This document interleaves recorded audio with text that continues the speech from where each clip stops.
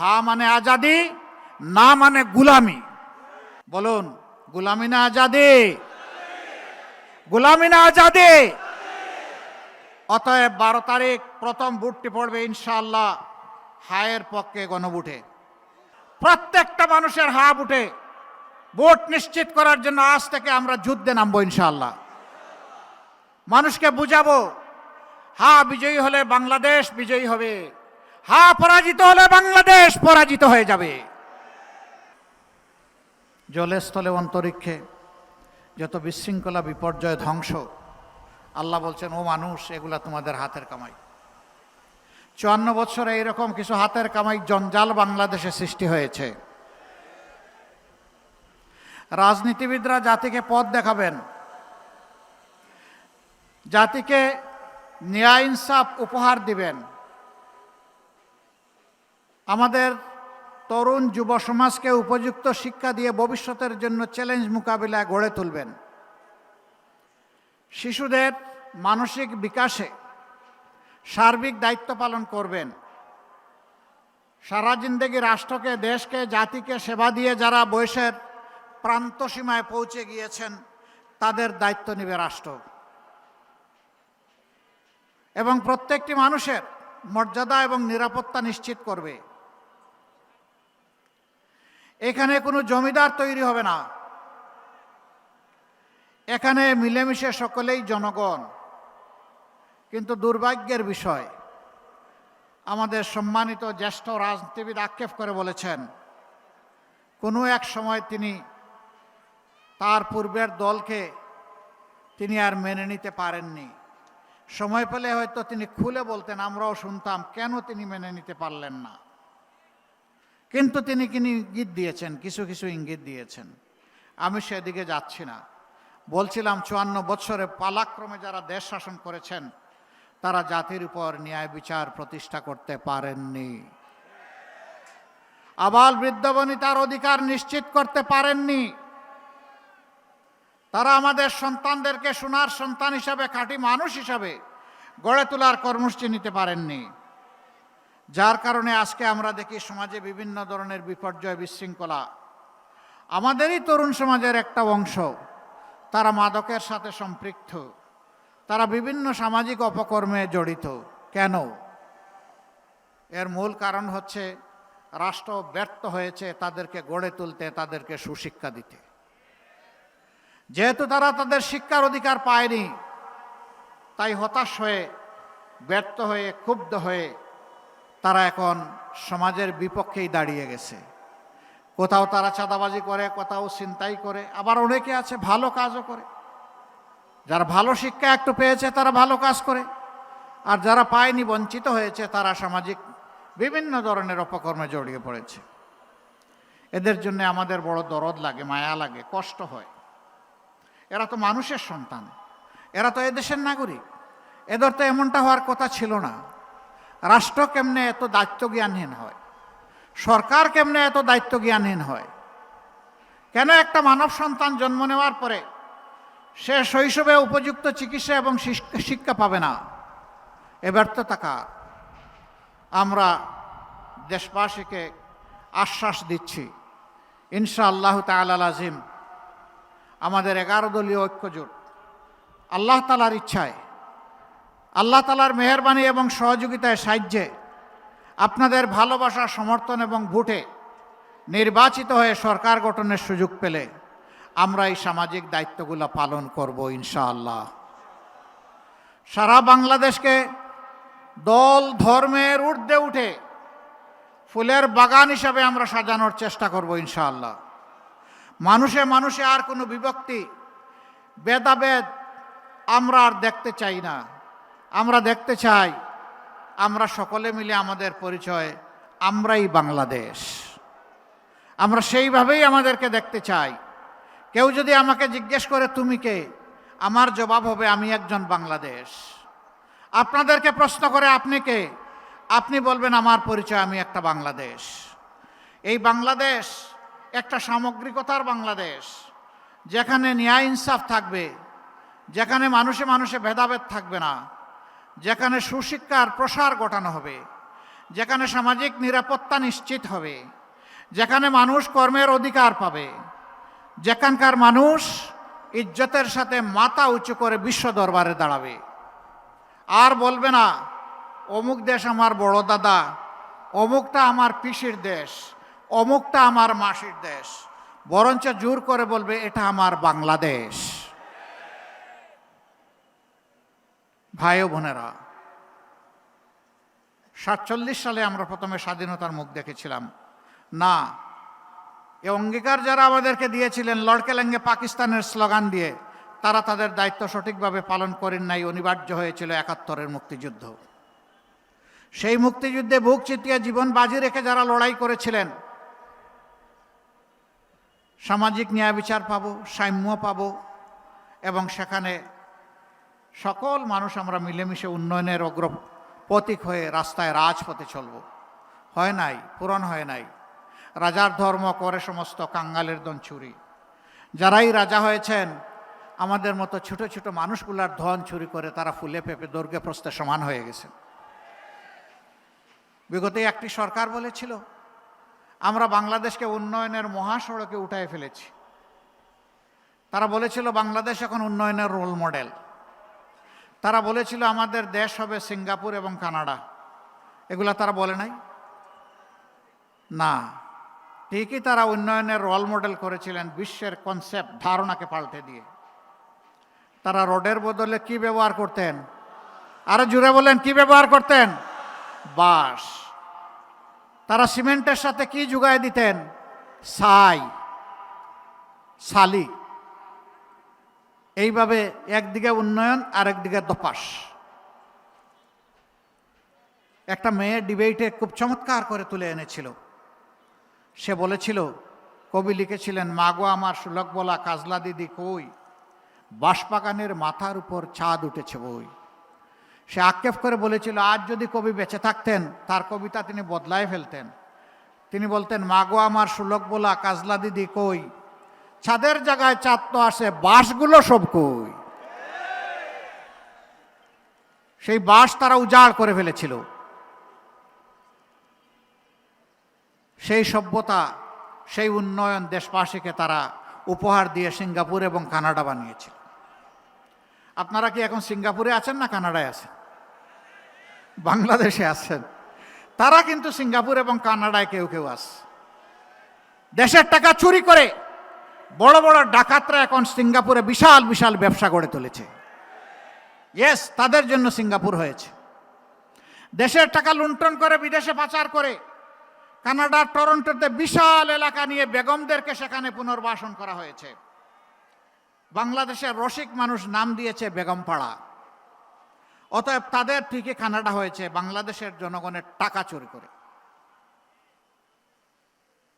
15 বছর যারা একসাথে রাজপথে লড়াই করলাম, নির্যাতনের শিকার হলাম, মজলুম হলাম, আমরা আশা করেছিলাম 5 আগস্টের পরে 24 সালে আমাদের মধ্যে আত্মপর্যালোচনা, আত্মপরিচয় আমরা খুঁজে পাব।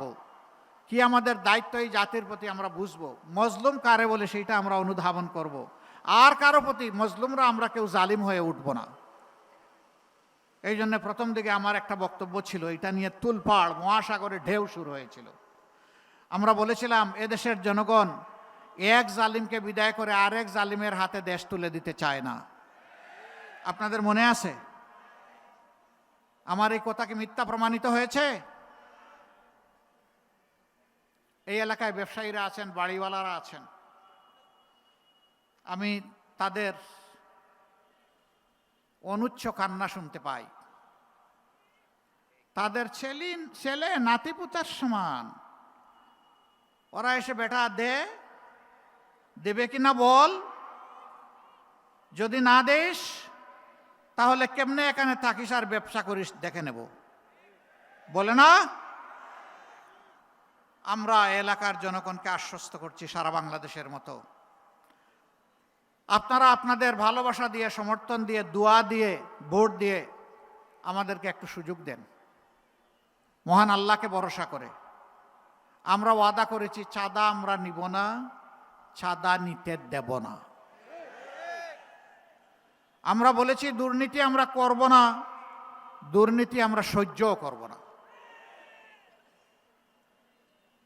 আমরা এ দেশকে লুটে পুটে খাওয়ার জন্য মসনদে বসতে চাই না।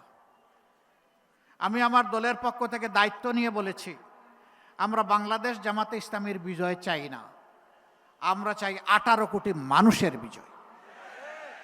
সে বিজয়ী হবে আমাদের বিজয় ইনশাআল্লাহ। সম্মানিত ভাইরা, এই বিজয়টা আনতে হলে আগামীতে 2টি ভোট আমাদের জন্য অপেক্ষা করছে একই দিনে, 12 ফেব্রুয়ারি। এখন থেকে মাত্র 15 দিন 16 দিন সময় আমাদের হাতে। আমি বিশ্বাস করি এই দেশবাসী, এই মজলুম দেশবাসী, তারা ইতিমধ্যে সিদ্ধান্ত নিয়ে ফেলেছেন, তারা একই গর্তে আর পা ফেলবেন না। তারা হাতের যষ্টি লাঠিটি আর হারিয়ে যেতে দিবেন না। আগামী 12 তারিখ প্রথম ভোটটি হবে ইনশাল্লাহ আজাদির পক্ষে। হা মানে আজাদি, না মানে গুলামি। বলুন, গুলামি না আজাদি? গুলামি না আজাদি? অতএব 12 তারিখ প্রথম ভোটটি পড়বে ইনশাআল্লাহ হায়ের পক্ষে গণভোটে। আপনারা সবাই রাজি আছেন? সবাই রাজি? আলহামদুলিল্লাহ। এই কয়জন রাজি হইলে গণভোট পাশ করবে? প্রত্যেকটা মানুষের হা বুটে ভোট নিশ্চিত করার জন্য আজ থেকে আমরা যুদ্ধে নামবো ইনশাআল্লাহ। মানুষকে বুঝাবো, হা বিজয়ী হলে বাংলাদেশ বিজয়ী হবে, হা পরাজিত হলে বাংলাদেশ পরাজিত হয়ে যাবে। আমাদের সন্তানরা তারা বলেছে জীবন দিব, জুলাই দিব না। আমরাও বলছি জুলাই শহীদেরা প্রয়োজনে জীবন দিব, তবুও তোমাদের সাথে দেওয়া কথা রক্ষা করব ইনশাআল্লাহ। জুলাই কারো হাতে তুলে দেব না। জুলাই 18 কোটি মানুষের, জুলাই কারো একার নয়। আমাকে মাফ করবেন, আমাদের রাষ্ট্রের বর্তমান দায়িত্বশীল দেশের বাইরে একটা গুরুত্বপূর্ণ দেশে গিয়ে একজনকে বলেছিলেন তিনি মাস্টার মাইন্ড। সর্বপ্রথম আমি মুখ খুলেছিলাম যে আমি এটা মানি না। একজনকে যদি মাস্টার মাইন্ড বলা হয়, বাকি সমস্ত শহীদদেরকে আন্ডারমাইন করা হয়। অতএব একক কোনো মাস্টার মাইন্ড এই যুদ্ধের ছিলেন না, 18 কোটি মানুষই মাস্টার মাইন্ড ছিলেন। আমরা আপনাদের কাছে ওয়াদাবদ্ধ, আর জুলুমের শাসন ফিরে আসুক আমরা তা চাই না। জুলুমের বিরুদ্ধে আমাদের লড়াই শুরু হয়েছে, শেষ হয়নি। এই জন্য এখনো যুবকদের স্লোগান আবু সাইদ মুগ্ধ, শেষ হয়নি যুদ্ধ। এই যুদ্ধ চলবে ইনশাআল্লাহ। বাংলাদেশের মানুষকে মুক্তির মঞ্জিলে না পৌঁছাতে পর্যন্ত আমাদের যুদ্ধ, আমাদের লড়াই থামবে না। সকল সভ্য দেশের সাথে আমাদের বন্ধুত্বপূর্ণ সম্পর্ক থাকবে, কিন্তু কারো চোখ রাঙ্গানি আমরা মেনে নেব না, কাউকে প্রভু মানব না। সবাইকে বন্ধু মানতে রাজি আছি, বুকে জড়িয়ে আলিঙ্গন করতে রাজি আছি। শর্ত একটা, এখানে অবশ্যই পারস্পরিক শ্রদ্ধাবোধ এবং সাম্য থাকতে হবে। আর এই জাতি কারো কাছে মাথা নত করবে না। আমরা সম্প্রতি কিছু উৎপাত দেখতে পাচ্ছি এখান থেকে ওখান থেকে। বাংলাদেশের মানুষ যখন মুক্তির সন্ধানে তাদের সিদ্ধান্ত নিতে যাচ্ছে, তখন আমাদের আভ্যন্তরীণ ব্যাপারে অনেকে প্রকাশ্যে হস্তক্ষেপ করছেন। আমরা তাদের প্রতি বিনয়ের সাথে শক্ত কণ্ঠে অনুরোধ জানাবো, মেহেরবানি করে আমাদের আভ্যন্তরীণ বিষয়ে আর নাক গলাতে আসবেন না। এতদিন নাক গলে যে তরল পদার্থ বের হয়েছে, মেহেরবানি করে টিস্যু দিয়ে এখন এটা সামলে নেন। আর নাক গলানো আমরা দেখতে চাই না। বাংলাদেশ মাথা উঁচু করে বিশ্বের দরবারে দাঁড়াবে ইনশাআল্লাহ। যুবক যুবতী, তরুণ তরুণী, আমরা তোমাদেরকে বেকার ভাতা দিব না, রাষ্ট্রের সম্পদ থাকলেও দিব না। কেন দিব না জানো? বেকার ভাতা এখানে বেকারের মহাসাগর তৈরি করবে। আমরা তোমাদেরকে অপমানিত করতে চাই না, আমরা তোমাদেরকে সম্মানিত করতে চাই। আমরা তোমাদের হাতগুলাকে দেশ গড়ার কারিগরের হাতে পরিণত করতে চাই। প্রত্যেকটি হাতে আমরা কাজ তুলে দিতে চাই। আমাদের তরুণ তরুণী, যুবক যুবতীরা কারো কাছে দয়ার বেকার ভাতা চায় না।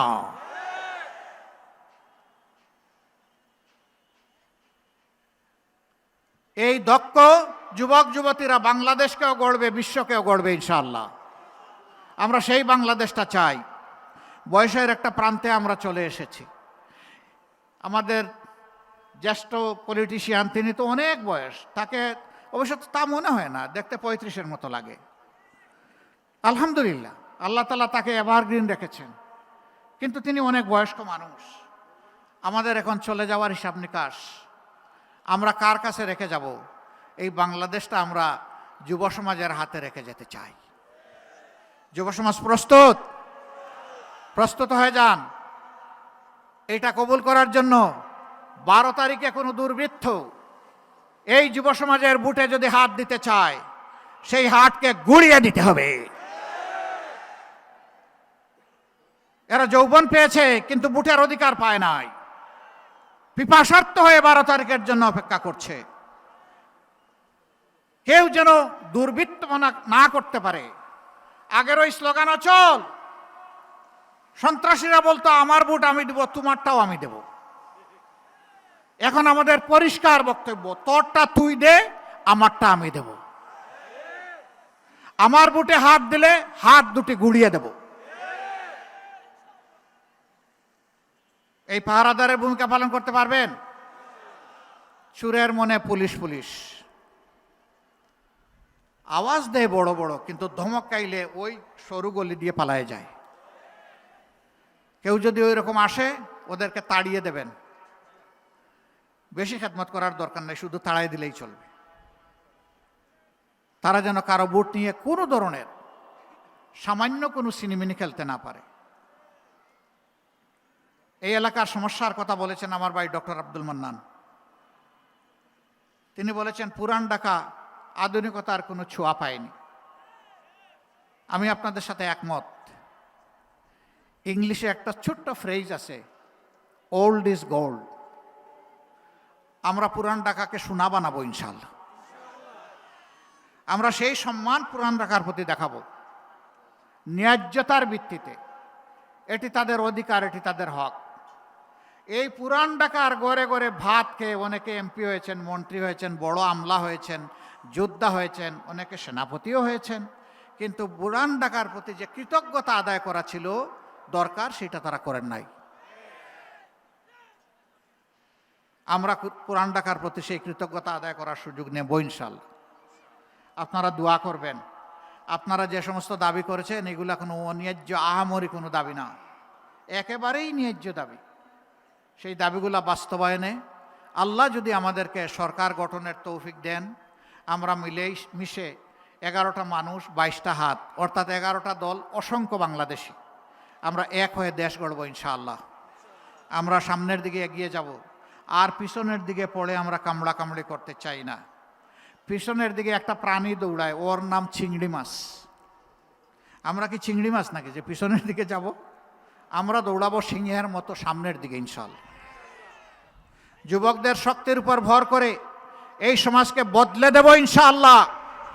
যুবকরা তোমরা তৈরি হয়ে যাও আগামীর দায়িত্ব নেওয়ার জন্যে। এবার দেখবেন আমাদের প্যানেল যুব নির্ভর প্যানেল, এই প্যানেলে বিপুল সংখ্যক যুবককে আমরা তুলে এনেছি। আগামীতে তাদেরকে নির্বাচিত করুন 12 তারিখ, ইনশাআল্লাহ এদের হাত ধরে বাংলাদেশ বদলে যাবে। আমি এবার আহ্বান জানাবো এই আসনের প্রার্থী এবং ঢাকা 8 আসনের প্রার্থী, আপনারা দুইজন একটু এইদিকে চলে আসেন। আমরা 6 আসনের প্রার্থী, বিশিষ্ট শিক্ষাবিদ, সমাজসেবক, আপনাদের প্রিয় মুখ, প্রিয় মানুষ জনাব ডক্টর আব্দুল মান্নানের হাতে আমরা ইনসাফের প্রতীক দাঁড়িপাল্লা আমরা তুলে দিলাম। ইনশাআল্লাহ 12 তারিখ এই আসন সহ বাংলাদেশের 300 আসনে আল্লাহ যেন আমাদের জন্য বিজয়ের সুসংবাদ দান করেন। আর আপনারা ওই বিজয় ঘরে নিয়ে ইনশাআল্লাহ ফিরবেন, ফিরে আপনারা ঘুমাবেন। ঠিক আছে না? না ঘুমাইতে পারবেন না, বলবেন আরে এখন থেকে এত কষ্ট করব, সেদিন বিজয় হওয়ার পরে একটু ঘুমাইতে পারবো না? না, পারবেন না। ফাসাব্বিহ বিহামদি রাব্বিকা ওয়াস্তাগফির। যে আল্লাহ বিজয় দিবেন, 2 রাকাত নামাজ পড়ে 4টা সেজদায় পড়ে চোখের পানি দিয়ে সেই আল্লাহর কৃতজ্ঞতা আদায় করবেন ইনশাআল্লাহ। এই বিজয় ছিনিয়ে আনা পর্যন্ত লড়াই চলবে তো ইনশাআল্লাহ। আপনাদেরকে মোবারকবাদ। তারপরে আমাদের স্নেহের নাসির উদ্দিন পাটোয়ারি, এনসিপির মুখ্য সমন্বয়ক, ঢাকা ৮ আসনে একটা ব্যাটেল গ্রাউন্ডে তাকে আমরা সেনাপতি হিসাবে ছেড়েছি। দোয়া করি আল্লাহ যেন তার জীবন, তার ইজ্জতকে হেফাজত করেন। এ লড়াইয়ে, নির্বাচনী লড়াইয়ে সে যেন বিজয়ী হয়। তার হাতেও আমরা 11 দলের পক্ষ থেকে আজকে আমরা শাপলাকলি তুলে দিলাম। এই শাপলাকলি, ওখানে পাল্লা, ওখানে ছাতা, ওখানে দেয়ালগড়ি, ওখানে রিক্সা, ওখানে আর যত প্রতীক আছে আমাদের 11 দলের সকল প্রতীকের, নেজামে ইসলাম পার্টির বই, কিতাব যা আছে সবগুলাই শাপলাকলিতে আছে, সবগুলাই পাল্লাতে আছে। যে যেখানে আছেন আমরা তার জন্য জান প্রাণ দিয়ে কাজ করে বিজয় ছিনিয়ে আনবো ইনশাআল্লাহ। সবাই ভালো থাকবেন। সবাইকে অসংখ্য ধন্যবাদ, আপনাদের প্রতি গভীর কৃতজ্ঞতা। মা বোনদের জন্য একটা কথা বলেই শেষ করতে চাই, আমরা আপনাদের জন্য গর্বের বাংলাদেশ গড়ব ইনশাআল্লাহ। আপনারা তখন মাথা উঁচু করে বলবেন, আমি একজন গর্বিত বাংলাদেশী। আমাদের জীবনের চাইতে মায়েদের ইজ্জতের মূল্য আমাদের কাছে বেশি। আমরা গৃহে, চলাচলে, কর্মস্থলে, সর্বত্র আমরা আমাদের মায়েদেরকে উচ্চকিত করব। আমি একটি আক্ষেপের কথা বলেই বিদায় নিচ্ছি। একটা দল শুনলাম ইদানিং বলছেন তাদের হাতে দেশ আসলে তারা নাকি দুর্নীতি নিয়ন্ত্রণ করবেন। যাদের সংসদ সদস্য 39 জন গুরুতর ঋণ খেলাপি, কায়দা করে তাদেরকে বানানো হয়েছে ক্যান্ডিডেট, তারা বাংলাদেশের মানুষকে দুর্নীতিমুক্ত করবেন। আল্লাহ হাফিজ। বাংলাদেশ জিন্দাবাদ। 11 দলীয় নির্বাচনী ঐক্য জিন্দাবাদ। আসসালামু আলাইকুম রহমতুল্লাহ।